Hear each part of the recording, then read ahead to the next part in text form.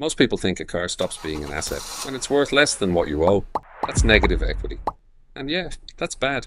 But there's a second quieter moment that's actually worse. It's when your car starts bleeding money on two fronts simultaneously. And once it starts, every month you hold on to that car, you're not just losing money, you're losing what that money could become. The average American will own 9 to 12 cars in their lifetime. So understanding this double drain isn't just helpful, it's how you avoid turning a $4,000 winning bid into a $15,000 mistake. Let's get into it. So first, the obvious part, the visible drain. This is the repair cost threshold that financial advisors have been screaming about for decades, and yet people still ignore it constantly. There's a rule in automotive finance called the 50% rule. Dead simple. If a single repair costs more than 50% of your car's current market value, you don't do the repair. You sell the car. You trade it in. You donate it to charity for the tax write-off. I don't care. But you do not spend that money. Why? Because you're essentially buying half of another car that's already broken. Think about it. You've got a vehicle worth $7,000. It needs $3,800 in engine work. You're about to spend $3,800 to own a $7,000 car. For that same $3,800, you could put a down payment on a $15,000 vehicle that actually runs. But people do it anyway, all the time.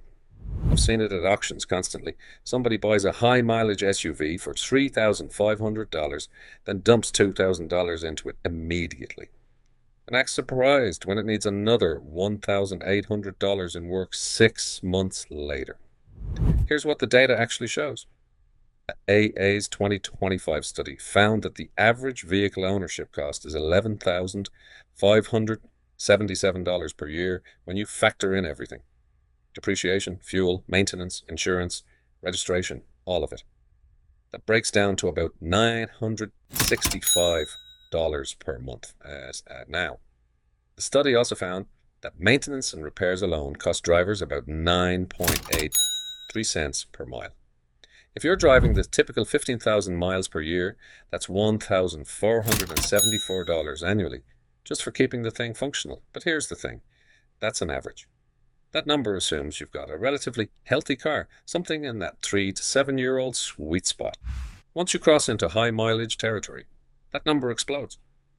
And there's a specific cliff where this happens. Around 150,000 miles. Sometimes it's 180,000, sometimes it's 120,000, depending on the make and how well it was maintained, but there's always a cliff. It's not one big failure, it's cascading failures. See, rubber components all age at roughly the same rate, so do electrical systems. Your serpentine belt, your hoses, your bushings, your motor mounts, they're all deteriorating on similar timelines. When one goes, the others are right behind it. Here's the threshold you need to burn into your brain. When your annual repair costs exceed what a monthly payment would be on a replacement vehicle, you're past the breaking point. Let's say you're averaging $320 a month in repairs. That's $3,840 per year. You could take that same money and finance something significantly newer. But people don't think in annual terms. They think in incidents. Oh, it's just the alternator. Oh, it's just the brakes. But they don't add it up. They don't see the pattern. And this is where the visible drain becomes a trap. Because once you've spent $1,200 on repairs, there's a psychological phenomenon that kicks in. It's called the sunk cost fallacy. You think, well, I've already put $1,200 into it. I can't quit now. I need to protect that investment. So you spend another $900, then another $650. Each time you're thinking about the money you've already spent, not the money you're about to lose. And at some point, you've spent $5,000 in repairs on a $6,000 car, and you still don't have a reliable vehicle. You just have a $6,000 car with $5,000 in recent repairs that's probably going to need another $1,500 soon. This is the visible drain. Everyone can see it. Everyone knows it's happening. But they convince themselves they're almost through it, that this repair will be the last one for a while. It never is. Not at this mileage, not at this age. But here's where it gets worse. Because the visible drain, as bad as it is only half the problem. The other half is invisible. And it's actually more expensive over time. This is the part that nobody talks about. The opportunity cost, The money you're spending on repairs isn't just gone.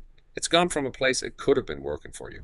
And when you compound that loss over years and decades, the numbers get terrifying. Let me show you how this works with real numbers, because this is where people's brains shut off. They hear opportunity cost and they glaze over. But stick with me for 90 seconds, because this is the single most important financial concept in car ownership that almost nobody understands. You've got that $3,200 transmission repair we talked about in the opening. You spend it. The car works again. Great. But what if you hadn't spent it? What if you had taken that $3,200 and put it in a basic index fund earning 5% annually?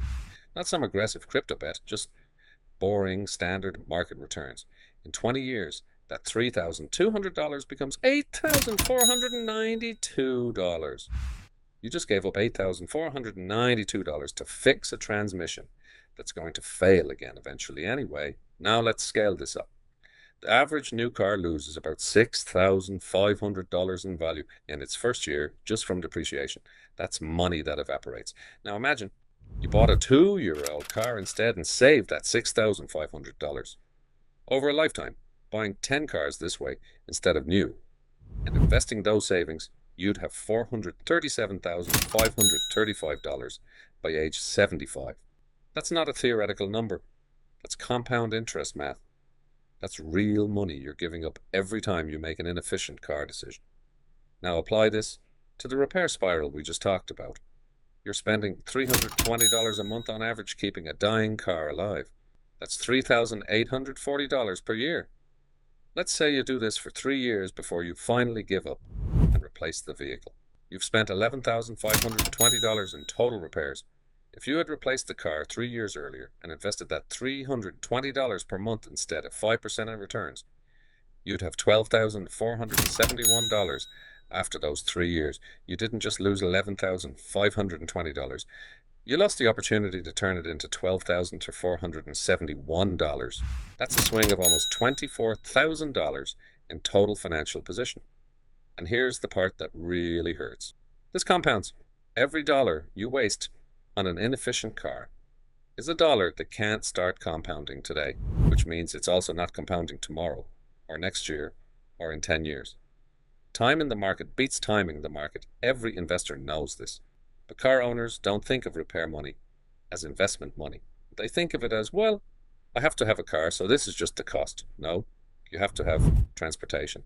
The question is whether you're buying that transportation in the most efficient way possible, or whether you're lighting money on fire because you're emotionally attached to a machine. Let me give you one more example because I want this to really sink in. The average person keeps a car for about 8 years, according to IHS market data. Let's say you keep a high mileage vehicle from year 8 to year 11, spending an average of $2,400 per year in repairs beyond normal maintenance. That's $7,200 total. If instead you had traded that car in year 8, taken that $2,400 per year and invested it, by year 30 of your career, you'd have an extra $19,847 just from those 3 years of repair costs you avoided. That's not counting what you could have done with the money from years 11 through 30. This is what I mean by the invisible wealth killer. You can see the mechanic bill. You can't see the $19,847 you just gave up, but it's gone.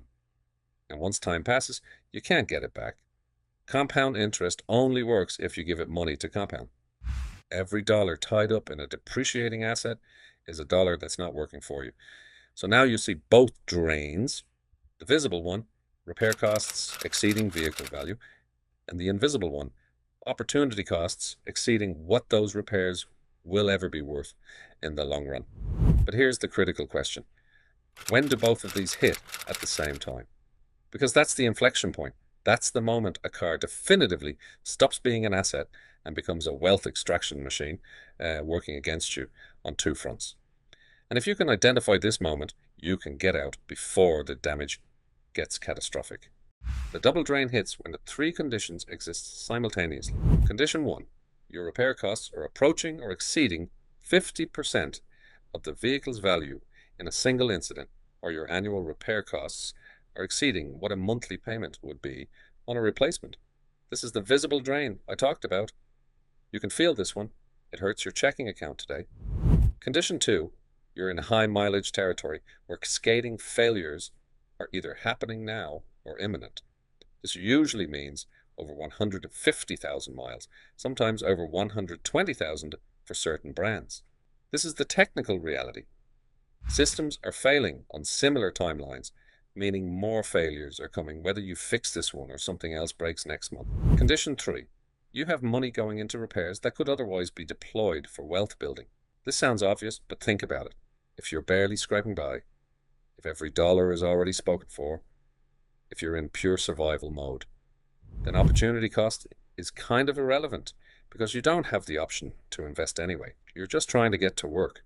But if you have any financial breathing room at all, then every dollar you spend on repairs is a dollar you're choosing not to invest. That's the invisible drain. When all three conditions exist, you're in the double drain. And here's what makes it so dangerous. It's self-reinforcing. The more you spend on repairs, the less you have to invest. The less you invest today, the less you have compounding tomorrow. Meanwhile, the car keeps aging, which means more repairs are coming, which means more money you can't invest.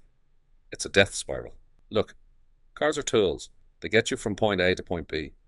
They're not investments unless you're in the very narrow collector market. They're expenses.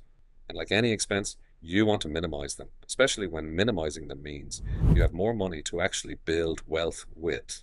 The double drain is real. Now, the visible part, repair costs exceeding value, everyone can see that. But the invisible part, the opportunity cost of money that could be compounding, that's where the real damage happens. And when both hit at the same time, when you're dumping money into a high mileage vehicle that could be growing elsewhere, that's when a car definitively stops being an asset and becomes a wealth extraction machine. Run the numbers on your current vehicle. Be honest about the mileage, the condition, what repairs are coming. Calculate what you're spending monthly on average. Then calculate what that money could become if you invested it instead. If you're in the double drain, you'll know, and once you know, you can't unknow it.